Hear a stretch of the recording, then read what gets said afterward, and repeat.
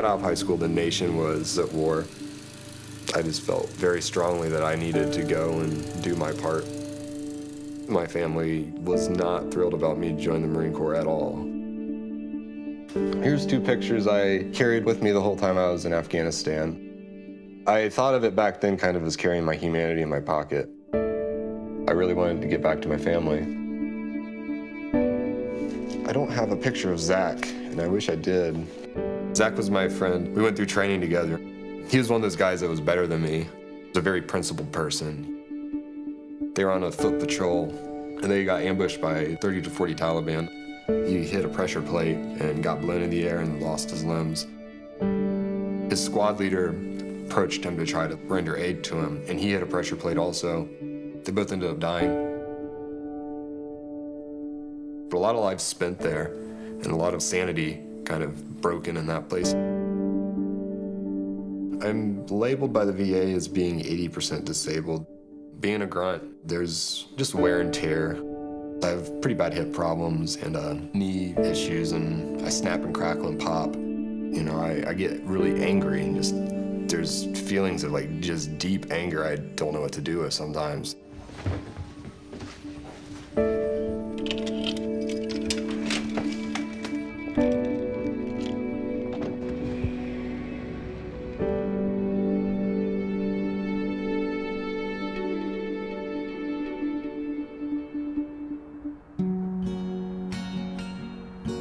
Dayton, Ohio is a mid-sized city in the Midwest between Cincinnati and Columbus.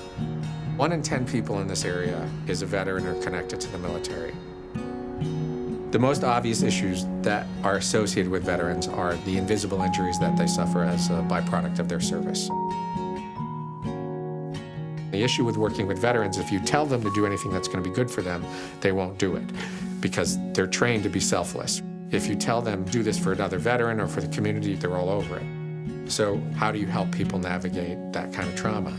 And in my brain, the only other people that could really do that were other combat veterans. Yeah, just right there.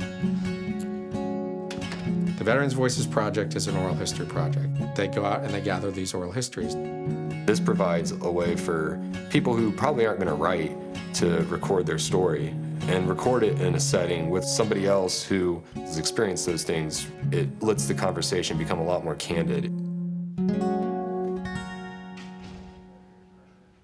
I don't do this to glorify anything. There's a real human cost to conflict and wars. When Zach died, for instance, his squad leader laying down his own life to try to save him, that's something, if you talk to guys from Vietnam, you hear about, or guys from World War II, those kind of things probably have always happened, and no one bothered to tell that story or record it.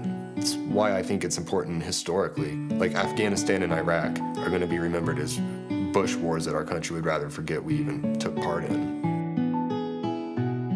If no one bothers to say anything about it, no one's going to know, and that stuff just kind of dies with that person. I served in the Army from 2007 to 2008. I ended up getting injured in basic training.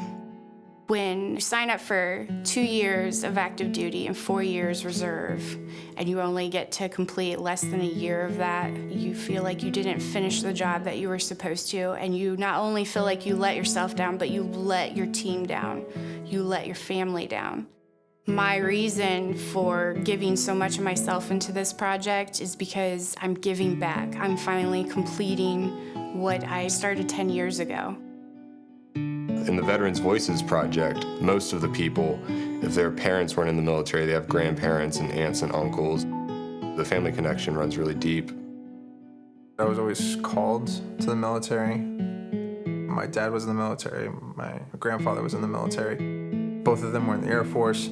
I told the recruiter, I'm not real picky about what I'm going to do as long as I work with planes. This is me in Afghanistan, and this is my MATV behind me, this big truck with a 50 cal sticking out on top of it.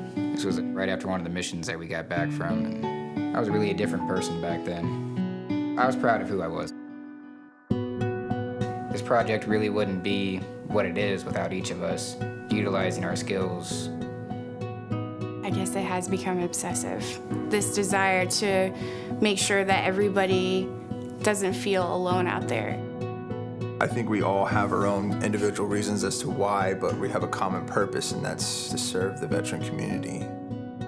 If you take the time to sit down and really listen, it's really amazing what you get from the conversation. It's all therapeutic for us to just talk about our experiences.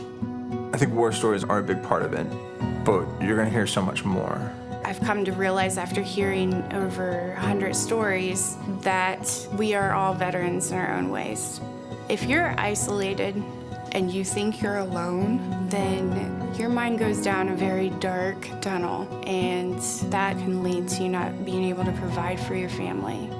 You end up just internalizing everything and forgetting that there are other people out there like yourself. Being okay in the combat world doesn't help you at all when you're dealing with the nuances of family life. I interviewed a gentleman named Charlie Dyke. He was somebody I had a lot of respect for. He was like, I know you don't really care that much about your health, but the person you're going to impact the most is going to be your family. So you have to find a way to have love in your heart. If you have love and you can show your family that you have love, everything will be okay.